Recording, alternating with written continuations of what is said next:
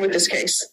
Excuse me? What is happening with this case? So, Judge, can I get a 30-day reset? I need to finish reviewing all the discovery. I believe this is our first setting. All right, this is possession less than a gram case. Is there Well, there's also an assault case out of County Court 6. all right, yes. I would like to fire him, ma'am. He's basically threatening me that it's a repeater of the 15 years. I was starting for 15 years. Okay, here's the thing. I understand what you're saying. I do. And I internalize what you're saying. I don't know anything about your case. I don't know if there are priors or something that makes this a minimum of 15. I have no idea, because the only thing I know for sure that they have before me a case where you're charged with possession less than a gram. That's all I know. That is a state drug crediting. Yes, it is. I mean, I know the range of punishment, but sometimes there are cases where there are repeaters. I don't know. I am on parole right now as a repeater. So there's a mistake in that indictment. Here's the thing. And I want you to understand, I have a role. Your defense attorney has a role, and the state has a role. My role is to hear cases and make decisions on them. Whatever motion your attorney wants to file, your attorney can file it. If your attorney thinks the indictment is not correct, there's a motion to file for that.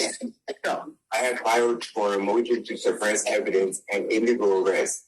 Because the assault that I'm alleged of committing. here's the thing. I don't have anything to do with your assault case because that's not before me. Okay, I'm not signing on anything for the possession because the assault. Here's the thing.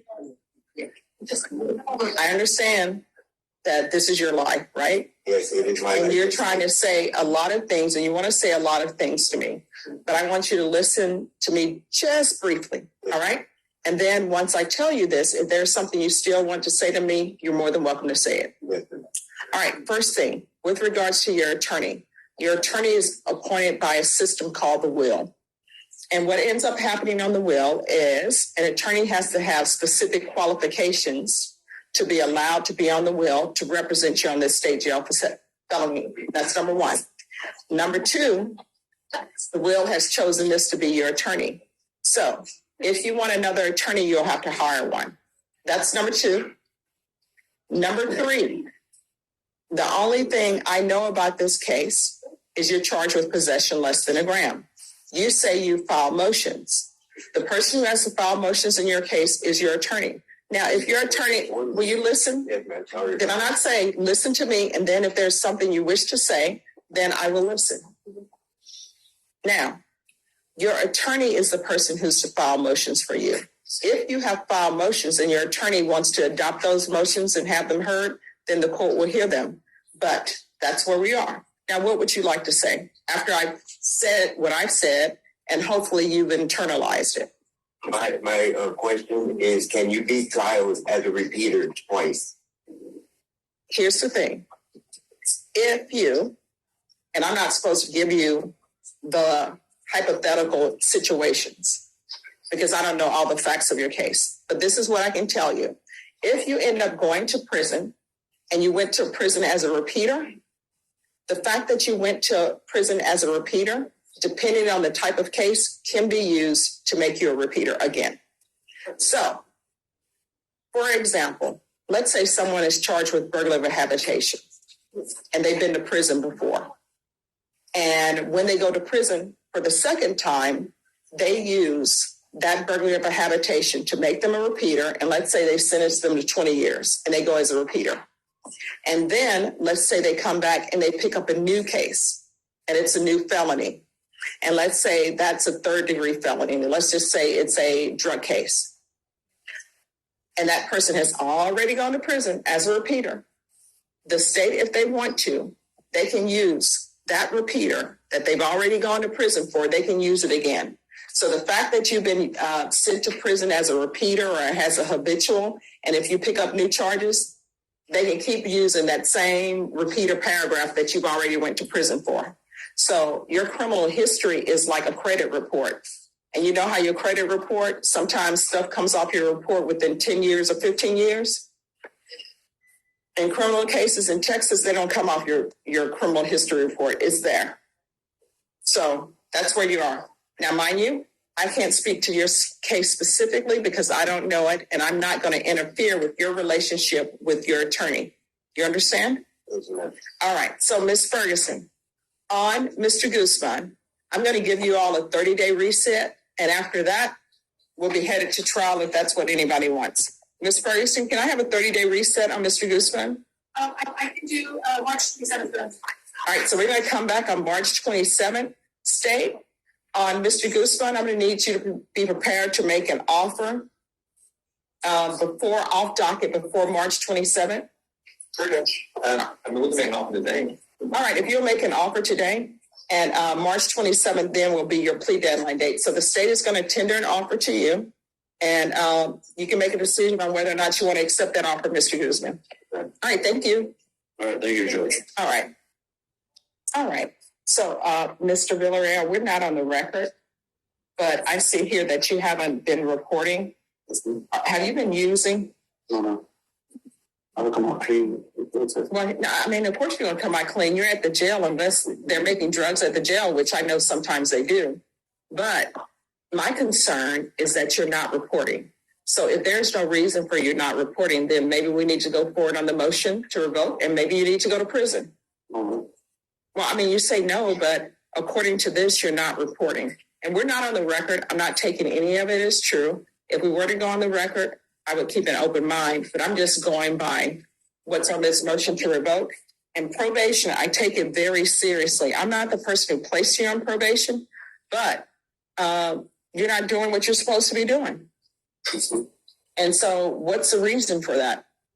Take it for granted. Now that No, how old are you? everything. Nobody's taking probation for granted when they're looking at going to prison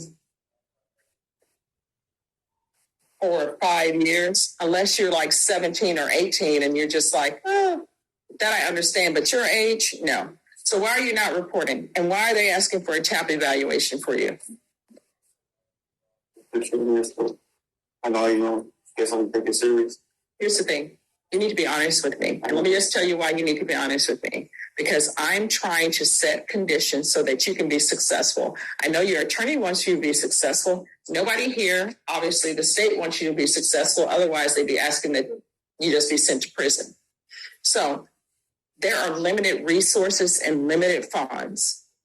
So if you're telling me that you don't have a drug problem, there's no issue with drugs, guess what's going to end up happening? You're going to go back out in the free world and you test positive for drugs. I'm not going to be wanting to hear that. So why are they asking for a TAP evaluation, and why have you not been reporting? Yes. I really don't have a run up on life, Yes. I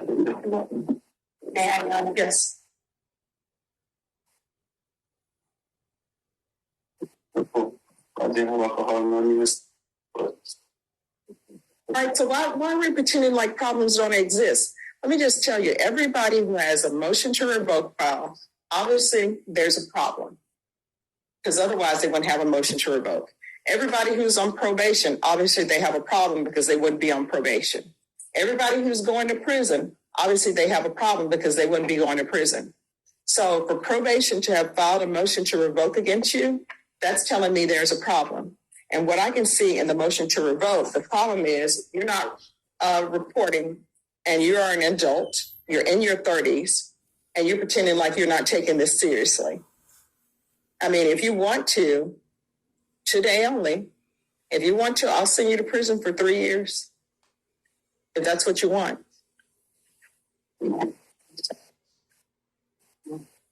give you one more chance on probation. If I fail, then Well, I mean, do you want to talk to your attorney about that? Do you want to talk to him about that?